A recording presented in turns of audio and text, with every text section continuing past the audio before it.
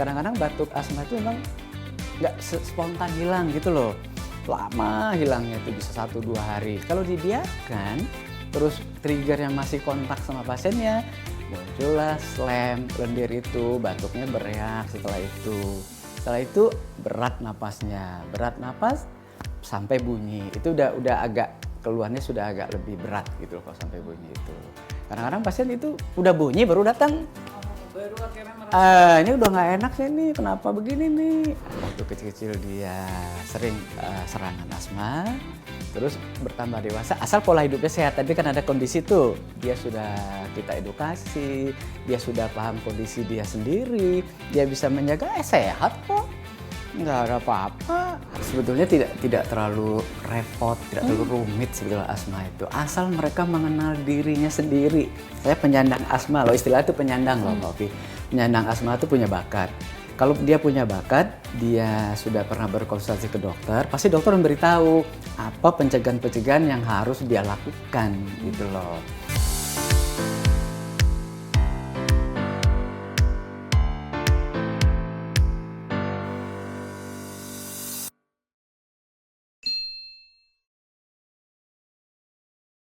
Salam Bisa, bincang sehat bersama saya Ovi Wardana. Di episode kali ini senang sekali menyapa sobat antara semua, di mana kita akan membahas tentang penyakit asma. Penyakit asma ini konon katanya merupakan penyakit keturunan, apa benar? Dan banyak sekali mitos-mitos yang beredar di luar sana tentang penyakit asma. Namun sebelum kita berbincang lebih lanjut terkait hal ini, saya memiliki sebuah tayangan untuk Anda.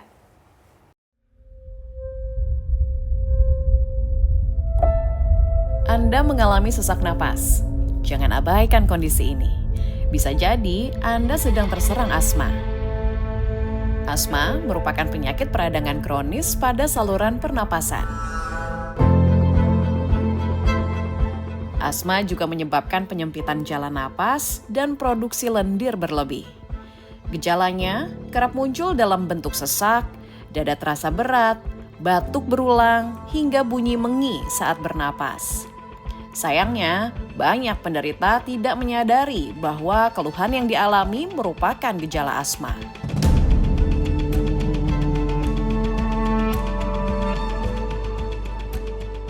Baik, agar kita tidak salah tentang penanganan asma maupun seperti apa penyakit asma, kita akan membahas lebih lanjut pada episode kali ini bersama Dr. Afiar Syah Abidin, spesialis paru, Rumah Sakit Metropolitan Medical Center MMC. Beliau ini akrab disapa Dr. Ade. Halo dok. Halo Mbak Ovi.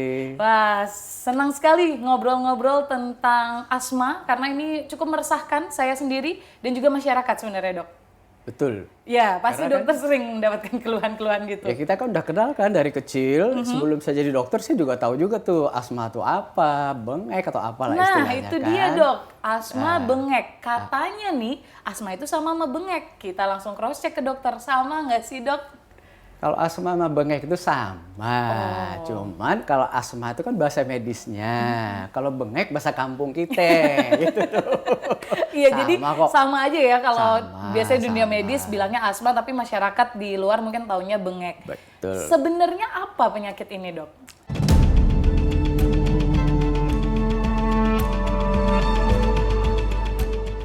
Jadi gini Mbak Ovi, kalau kita lihat paru-paru itu ya, paru-paru itu sebetulnya ada jaringan paru namanya, ada juga yang kita katakan dengan saluran napas. Jadi kalau asma itu keluhannya itu penyakitnya itu pada saluran napas itu tuh. Nah ini pemirsa antara nih ya, ini harus tahu banget nih, masalahnya itu ada di saluran napas kita. Apa yang terjadi pada asma itu? Itu terjadi satu proses, sebetulnya proses itu inflamasi atau radang yang kronis. Yang kronis itu maksudnya tuh sudah lama terjadi di dalam saluran napas kita, kita nggak tahu. Nah, peristiwa itu terjadi sudah lama, apa akibatnya? Akibatnya itu saluran napas pada pasien-pasien yang kita prediksi bisa muncul asma itu terjadi hiperreaktif. Hiperreaktif itu artinya dia menjadi sensitif saluran napasnya. Kalau dia jadi sensitif itu yang terjadi ada 3 hal penting yang perlu pemirsa Antara ketahui. Yang pertama, di dinding saluran napas itu ada kelenjar-kelenjar. Kelenjar-kelenjar itu kalau dia terstimulan, dia akan mengeluarkan lendir dari saluran-saluran napas. Jadi lendirnya tambah banyak itu di dalam saluran napas, satu. Yang kedua, itu mukosa dindingnya itu di pinggir dinding itu membengkak dia. Jadi kalau membengkak, jadi kalau diameter saluran napas kita itu umpamanya 5 cc gitu, 5 mili gitu, dia mengecil itu. Jadi 3 mili, bisa 2 mili, itu yang terjadi pada dinding kalau dia membengkak. Kemudian yang ketiga, di dalam saluran napas itu juga ada otot-otot. Otot-otot saluran napas. Otot-otot itu kalau dia terstimulan, dia berkontraksi. Berkontraksi itu akhirnya saluran napas kita juga tambah kecil juga. Jadi 3 itu tadi. Yang pertama lendirnya bertambah, yang kedua ada mukosanya yang bengkak, kemudian ototnya berkontraksi, semuanya itu menimbulkan pengecilan dari dinding saluran napas. Akibatnya itu apa? Akibatnya muncullah keluhan pasien, apa contohnya itu batuk, kemudian sesak napas, kemudian kalau lebih kecil lagi bunyi. Itu yang namanya kadang-kadang pasien bilang bengek lah, apalagi istilah awam kita itu mengi, muncul suara seperti itu. Makanya tuh pasien kalau muncul begitu, wah ini keluarganya asma nih, gitu loh. Jadi intinya adalah ada peradangan yang lama pada saluran napas yang tidak kita ketahui pada pasien-pasien yang ada riwayat asma. Oke, berarti karena riwayat, apakah ini identik juga dengan penyakit keturunan sebenarnya, Dok? Sebetulnya kalau keturunan itu ada itu begini, karena kalau kita umpamanya dulu ada keluarga kita nih yang asma, adik, kakak, pasti kita tanya kan, dulu orang tua kita ada asma nggak sih? Kakek kita biasanya ada. Karena asma itu sebetulnya ada faktor bakat yang diturunkan, itu bakatnya bukan asmanya. Karena kalau orang tua kita asma, belum tentu misalnya anak 5. Belum tentu kelima-limanya asma, mungkin cuma 1. Tapi bakatnya tetap turun ke anak, cucu, ke bawah. Dan secara genetik ya? Faktor genetik. Itu makanya orang menganggap kan, masyarakat menganggap ini faktor keturunan ada, pasti ada. Nggak mungkin nggak. Walaupun kadang-kadang tuh pasien saya kalau berobat, dia ada gejala asma. Saya tanya, orang tua asma enggak? Kakek asma enggak? Mungkin di atasnya ada yang bawa. Cuman tidak terdeteksi. Itu loh. Berarti memang susah dideteksi ya, Dok, sejak awal. Karena kan kronis, ini merupakan penyakit kronis seperti penjelasan dokter. Tapi masyarakat acap kali tidak sadar. Baru ketika sudah bengek, sudah terjadi peradangan yang seperti itu, baru kita tahu, baru aware.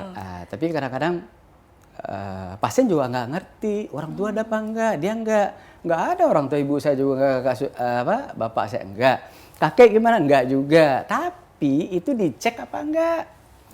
Berarti hanya bisa sebenarnya diketahui ketika dicek dini atau medical check up semua gitu. Karena kalau asma itu kaitannya itu dengan bakat alerginya ada. Kalau pada pasien umpamanya orang tua nggak ada, terus kakek juga nggak ada, coba aja kita cek sel alerginya pasiennya.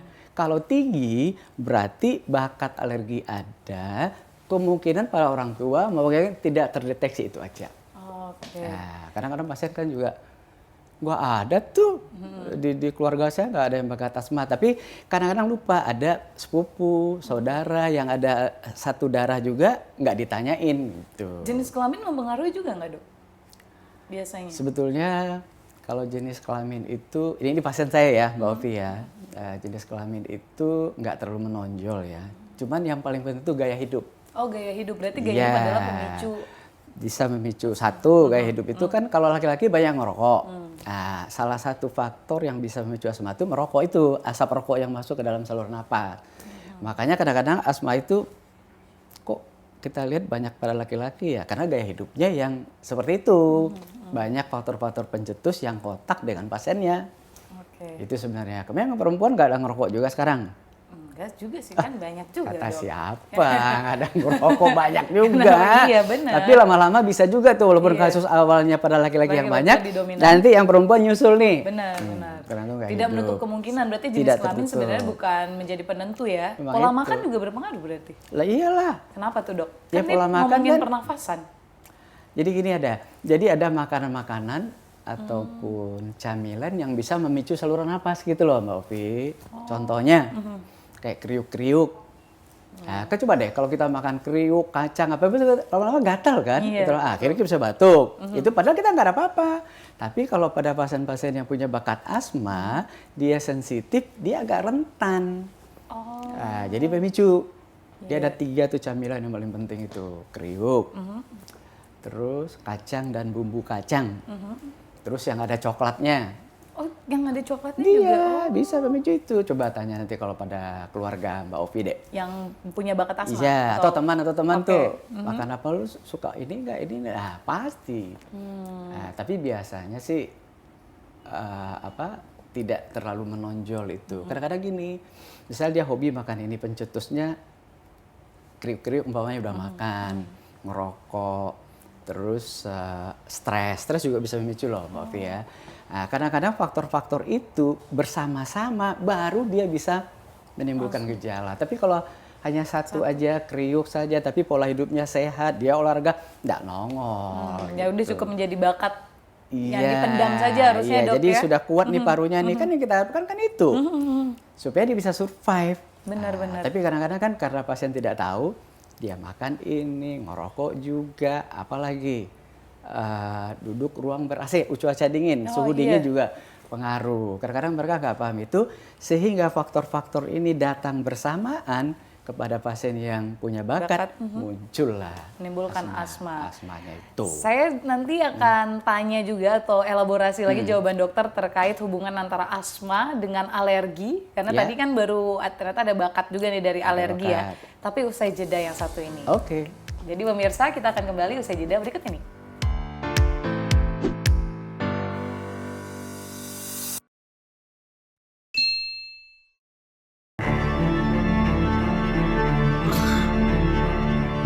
Di tengah ancaman kesehatan global dan penyakit menular yang terus mengintai manusia,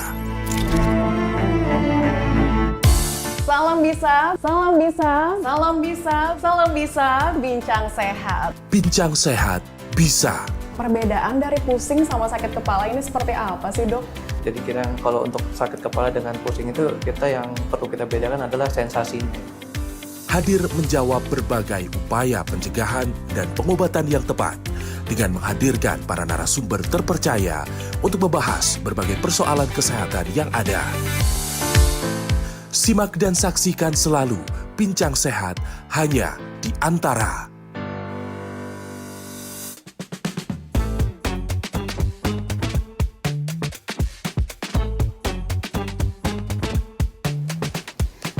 Obrolan seputar isu paling hangat jangan dengar dari sembarang sumber.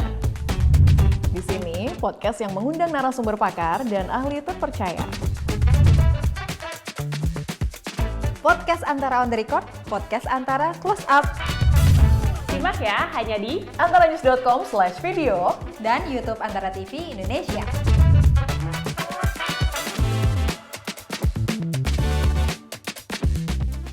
A program that brings the world to your screen through insightful dialogues, exploring various issues with international figures. How do you view this? It gives more visibility to Indonesia in France. Revealing various facts regarding bilateral, regional, and multilateral cooperation in numerous sectors. Welcome back, Mr. Ambassador, to our Thank you. second segment. I'm Grazia Simanjuntak, the producer and host. And I'm your host, Arya Sidiara. Join us on International Corner.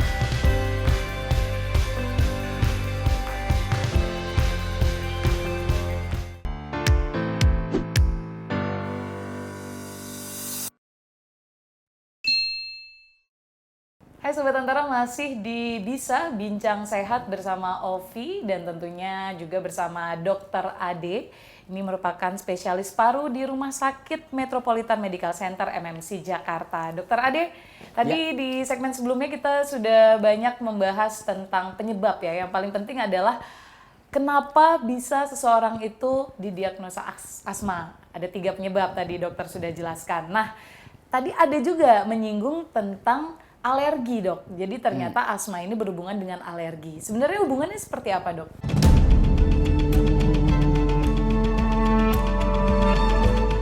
Jadi gini, Mbak Ovi harus tahu kalau asma itu secara penelitian itu memang ada hubungannya dengan alergi. Kenapa? Karena kalau asma itu kita teliti, itu sudah diriset oleh para peneliti tentang asma itu, kalau terjadi serangan asma itu melibatkan sel-sel alergi yang ada dalam badan kita. Karena kan intinya itu kan sensitif tadi. Sensitif itu basicnya adalah kalau sel alergi dalam badan kita tinggi kadarnya, levelnya. Jadi pada orang asma itu kalau setelah dicek sel alerginya memang tinggi. Jadi erat hubungannya dengan faktor alergi pasti.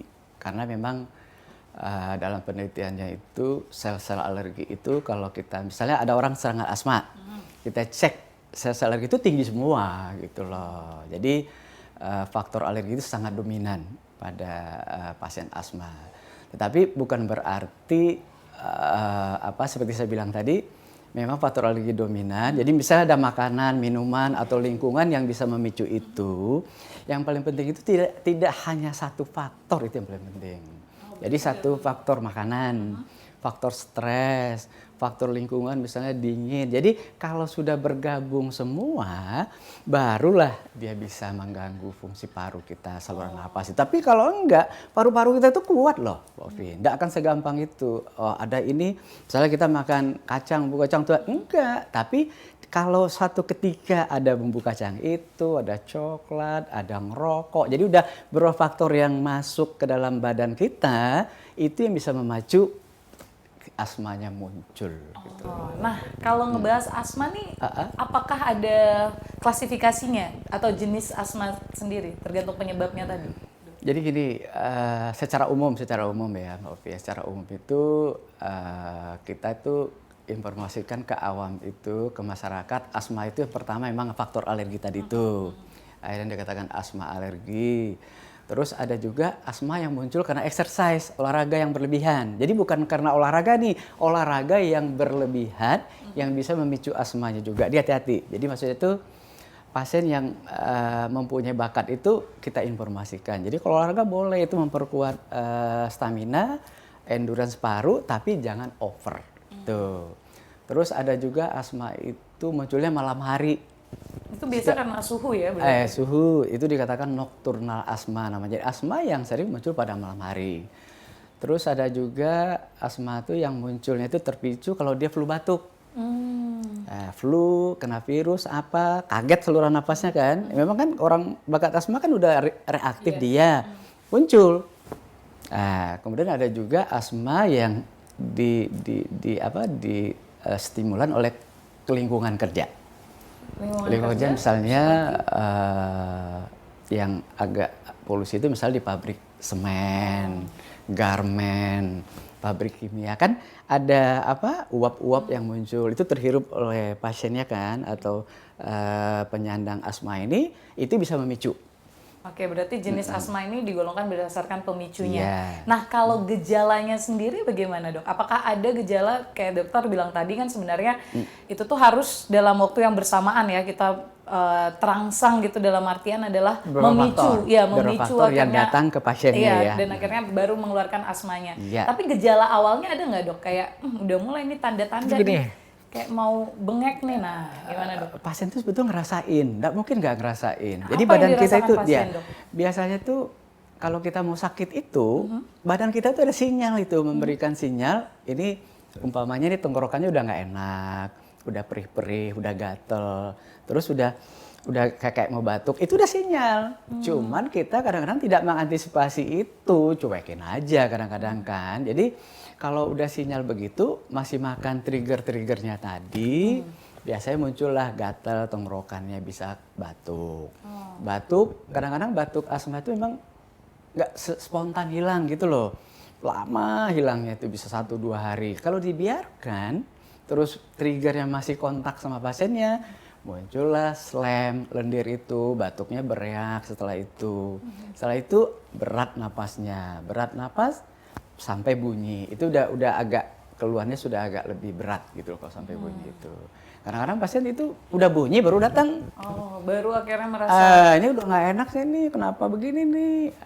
Baru datang. Jadi kalau asma itu kadang-kadang begini, dia muncul itu kadang-kadang bisa recovery sendiri gitu loh. Itu yang kadang-kadang pasien lupa.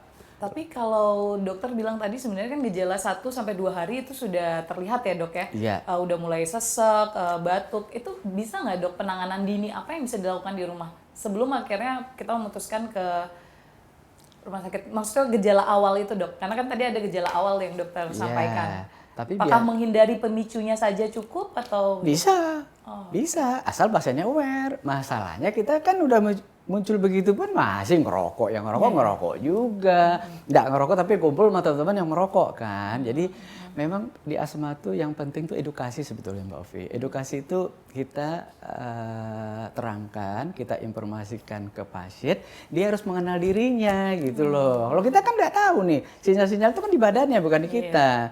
Kita berikan edukasi supaya kalau udah begini ini dihindari loh, ini jangan dekat-dekat lagi. Mudah-mudahan pasiennya nerima, tapi sebagian besar kadang-kadang enggak. Iya. Baru yang udah mulai udah mulai berat, orang ini kenapa nih gitu. Betul. Dan mulai menyalahkan sebenarnya bukan memperbaiki itu ya, menghindari pemicunya ya, malah mulai menyalahkan misalnya, saya ini kayaknya kelebihan olahraga deh dok, makanya jadi asma. Nah, katanya gitu dok, katanya orang itu. Asma nggak boleh olahraga. Bener nggak sih dok itu? Kami tadi kan ada pemicu juga tuh, olahraga berlebihan. Betul, tapi kan tadi saya bilang kalau olahraga yang berlebihan. Jadi kalau berlebihan itu bisa menginjus juga sih Mbak Ovi ya. Tapi kalau olahraga yang untuk kebugaran sehat begitu aja bagus kok. Malah disarankan dulu. Saya kan nggak jadi dokter langsung juga nih. Dulu yang saya tahu saya tuh waktu kecil-kecil kalau ada teman bengek atau apa, suruh tuh olahraga tuh main badminton, main bola, hilang tuh semuanya tuh. Makanya ada apa namanya ini, ada pameo di masyarakat. Kalau asmanya kecil-kecil, nanti dewasa hilang loh. Nah itu benar nggak dok? Benar nggak? Padahal kan kalau tadi kita bahas dari awal nih kan udah ada bakatnya asal menghindari pemicunya. Bisa hilang, tapi bakat nggak bisa hilang. Nah jadi bisa aja waktu kecil-kecil dia sering serangan asma, terus bertambah dewasa, asal pola hidupnya sehat. Tadi kan ada kondisi tuh, dia sudah kita edukasi, dia sudah paham kondisi dia sendiri, dia bisa menjaga, sehat kok. Nggak ada apa-apa, tapi kadang-kadang kita kan nggak gitu. Betul, lebih ke abainya ya dok ya. Dan bisa mencari pemicu kadang kita kan dok. Mencari pemicu ya kan. Seperti dokter bilang tadi, akhirnya kan sebenarnya karena kita abai kuncinya. Akhirnya muncul lagi bakat yang harusnya tidak muncul ya dok ya, seperti asma itu. Pertanyaan atau mitos lainnya yang saya harap dokter juga bantah itu adalah katanya asma ini penyakit menular dok.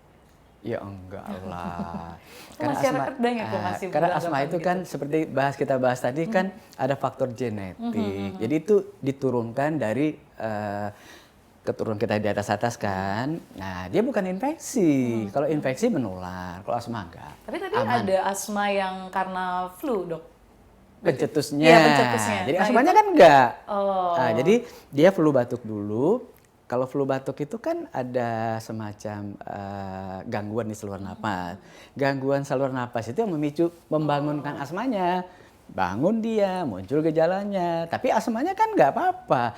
Kalau umpamanya flu batuk itu menular, iya. Teman kita flu batuk, kita dekat bisa menular. Kayak COVID kan batuk keluar virusnya kan. Tapi yang perlu diingat, kadang kita batuk, flu batuk. Kita teman kita ada nih, kenapa nggak semuanya tertular? Kenapa Mbak Ovi itu? Karena sistem imun tubuhnya yang sangat kuat. Ada yang imunnya kuat, ada yang enggak gitu. Jadi kalau imunnya yang kebetulan dia terpapar, imunnya tidak fit, dia yang bergejala gitu loh. Itu dia, berarti sudah dibantah oleh dokter Adi kalau itu faktor keturunan, bukan ya dok ya? Faktor menular maksudnya. Dia tidak ada. Tidak termasuk penyakit menular. Baik, itu dia. Jadi semoga tidak ada lagi asumsi-asumsi di luar sana yang masih menganggap asma ini menular. Ya, Karena saya mempunyai sebuah tayangan yang bisa kita saksikan berikut ini.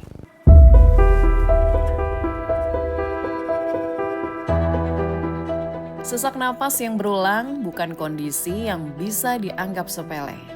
Pada sebagian kasus, gejalanya muncul ringan, namun dapat memburuk secara tiba-tiba jika tidak ditangani dengan tepat. Paparan debu, asap rokok, udara dingin, infeksi, hingga kelelahan dan stres dapat menjadi pemicu kekambuhan asma. Tanpa pengobatan dan kontrol yang baik, asma berisiko mengganggu aktivitas sehari-hari dan menurunkan kualitas hidup penderitanya. Pemeriksaan sejak dini dan terapi yang sesuai dapat membantu mengendalikan gejala serta mencegah serangan berulang.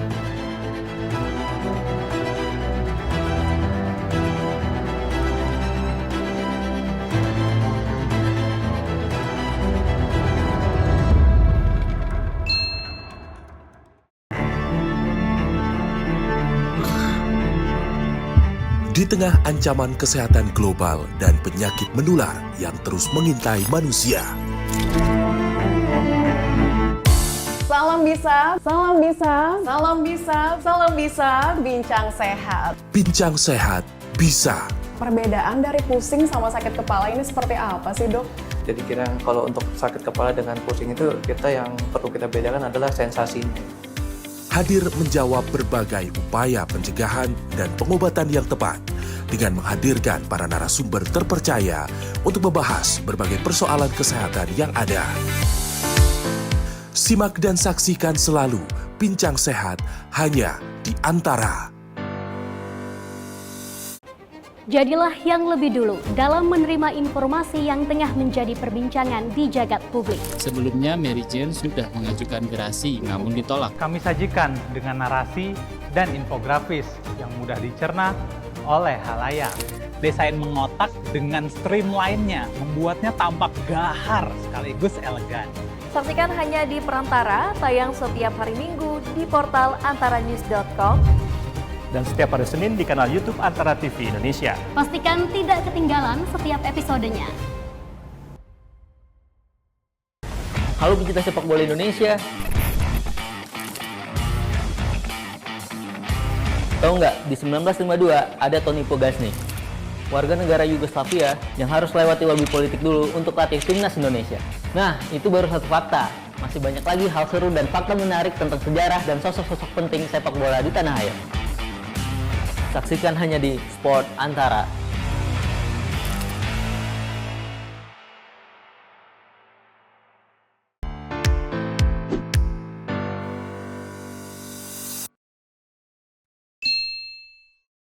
Sobat Antara masih bersama Ovi di Bincang Sehat Bisa, dan tentunya Ovi tidak sendiri karena masih juga bersama Dr. Ade, spesialis paru Rumah Sakit Metropolitan Medical Center MMC Jakarta. Dok, gejala sudah kita bahas tadi, faktor-faktor pemicu juga sudah. Nah, selanjutnya ini adalah tentang komplikasi yang terjadi bagi penderita asma. Seperti apa, Dok?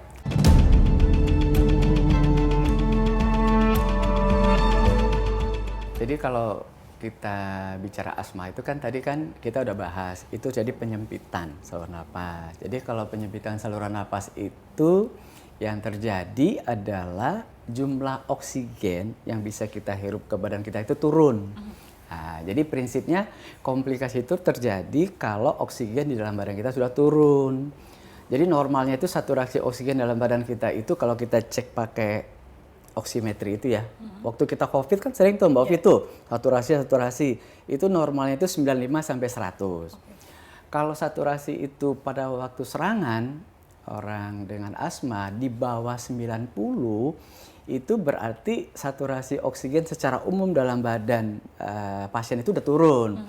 Itu resiko itu tidak hanya di paru itu bisa disebut terjadi dengan gagal napas. Jadi berhenti. Karena oksigen itu kan butuh untuk metabolisme organ-organ dalam badan kita. Itu yang paling fatal itu bisa parunya bisa berhenti bernapas kalau oksigen kurang. Yang lainnya ke otak. Otak juga kurang toh. Kalau dia kurang, apa Mbak Ovi tahu kalau di otak kurang oksigen? Penyakit yang bisa muncul. Mau nyebut, tapi takut salah, Dok. Enggak mending apa-apa. Dokter aja yang nyebut. Udah apa-apa. Dokter aja lah. Itu Stroke. Ya. Stroke kan, stroke itu intinya kan kurang oksigennya dalam sel-sel saraf pusat kita di kepala. Terus jantung. Jantung juga bisa kurang, terjadi serangan jantung. Jadi itulah yang harus kita hindari kalau umpamanya pasien dengan serangan asma, jangan sampai oksigennya kurang di dalam darahnya. Kalau kurang dia bisa kemana-mana dampaknya. Oke, berarti paling fatal banget ya dok ya? Iya, otak, Dan jantung, dan paru sendiri. Nah dok, itu kan komplikasinya nih. Kalau Iya. ketika kita mengalami itu ternyata di rumah dok kejadiannya, orang yang menemukan bisa berbuat apa dok? Langsung bawa ke rumah sakit Iya ya? Dok, ya, langsung, berarti ya? atau Mbak Opi jangan ditunggu-tunggu. Nggak Iya. bisa, kalau sudah seperti itu harus segera dibawa. Tapi biasanya kalau kondisi seperti itu jarang terjadi sih ya. Berarti udah di rumah sakit biasanya? Iya, kasus. maksudnya jarang terjadi itu pasien yang sudah turun saturasi itu pasti mereka Udah sesak udah berat. sesak. Kalau dia di rumah pasti dia minta keluarganya atau temannya atau bawa ke rumah sakit, dan pun keluarga atau teman tuh takut dong melihat pasien seperti itu kan. Ayo bawa ke rumah sakit. Nggak mungkin terjadi di rumah seperti itu. Penanganan seperti apa dok? Kalau di yang rumah itu biasanya kalau pasien yang sudah terdiagnosis dengan asma, mereka tuh biasa punya nebulizer di rumah gitu loh. Inhaler ya dok? Bukan. Beda? Nebulizer, oh yang yang uap. Uap. Kita sarankan pasien punya itu.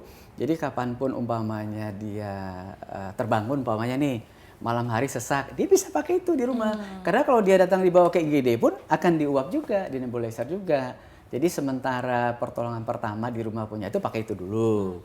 Atau yang Mbak Opi bilang tadi pakai inhaler. Nah, kalau pasien yang sudah pakai inhaler, ada nebulizer, itu berarti sudah ada indikasi asmanya cukup berat. Gitu loh. Jadi tapi biasanya mereka tuh udah paham kok kalau mereka pakai nebulizer sekali, 2 kali di rumah tidak efektif, mereka akan pergi ke rumah sakit. Karena itu sudah tidak bisa recovery di rumah, harus dibawa. Oke, dok, kalau tentang inhaler nih, ada mitos juga di luar sana yang bilang ketika pasien asma atau menderita asma itu akan tergantung seumur hidup dengan inhaler. Benar atau tidak mitos itu dok? Jadi gini, jadi kalau kita lihat asma itu kan ada beberapa tingkat ya. Ada asma yang ringan, ada asmanya itu gejalanya sedang, ada yang berat. Kalau umpamanya ringan, kadang-kadang tuh inhaler tuh ada dua macam itu ada yang pelega saja. Kalau pelega saja itu pakainya kalau perlu aja, nggak pakai rutin pelega itu, berarti itu asmanya ringan sebetulnya itu. Kemudian yang kedua ada yang controller namanya. Controller itu pencegahan. Kalau pencegahan itu biasanya kita berikan itu pada pasien-pasien yang sudah ringan, udah sedang sampai berat. Pengobatan inhalernya. Tapi biasanya kalau dengan pengobatan inhaler itu, kalau kondisinya terkontrol itu misalkan dokter itu pasti kasih tahu ini pakainya 2 kali sehari yang kontrol itu. Jadi tergantung dosisnya berat ringan asmanya. Biasanya kalau pasien pakainya rutin, teratur, itu asmanya akan beranjak menjadi asma yang terkontrol. Nah, karena pengobatan asma itu sebetulnya target kita sampai asmanya terkontrol. Terkontrol itu dia serangan udah jarang.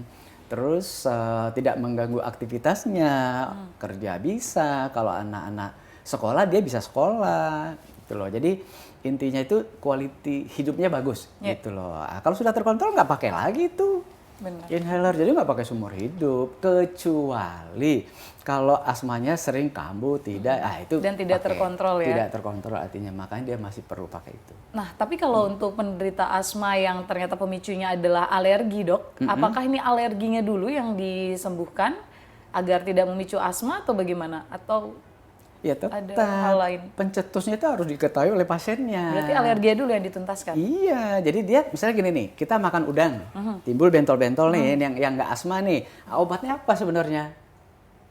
Jangan makan udang, karena kita tahu, tapi karena suka udang, ngasih makan aja kan. Tapi yang penting kita tahu, kalau makan udang timbul bentol. Biasanya kalau pasien seperti itu, dia sudah punya obatnya itu.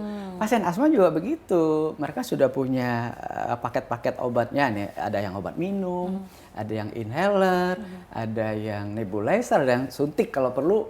Kalau suntik kan ke rumah sakit ya. Kalau obat inhaler, obat oral tuh masih bisa mereka siapin di rumah. Gitu loh.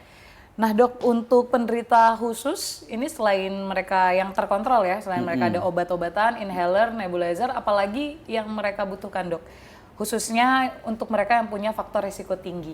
Sebetulnya tidak terlalu repot, tidak terlalu rumit sebetulnya asma itu. Asal mereka mengenal dirinya sendiri. Saya penyandang asma loh, istilah itu penyandang loh Mbak Ovi. Penyandang asma itu punya bakat. Kalau dia punya bakat, dia sudah pernah berkonsultasi ke dokter, pasti dokter memberitahu apa pencegahan-pencegahan yang harus dia lakukan gitu loh. Yang paling penting itu adalah dia sudah punya bakat sensitif kan sudah ada. Tinggal sekarang mau dibangunkan enggak bakatnya itu. Dia harus tahu yang membangunkannya ini nih, faktornya ini nih kayak tadi makanan tadi. Terus kayak stres, udara dingin, dia harus paham. Jadi mengenal apa yang tidak bisa badan kita itu harus kita kenal. Mengenal diri kita ya dok, khususnya untuk penyandang asma. Khususnya untuk penyandang asma. Nah penyandang asma ini pasti juga pengen hidupnya berkualitas nih dok.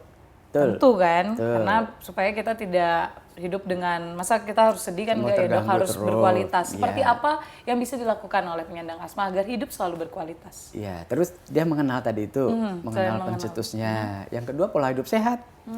Ya pola hidup sehat itu ya jaga makanan, tidak kalau berat jangan terlalu berlebihan, berat harus ideal. Jadi kalau kita berat ideal itu pasti kita yakin ini imunitas kita fit nih.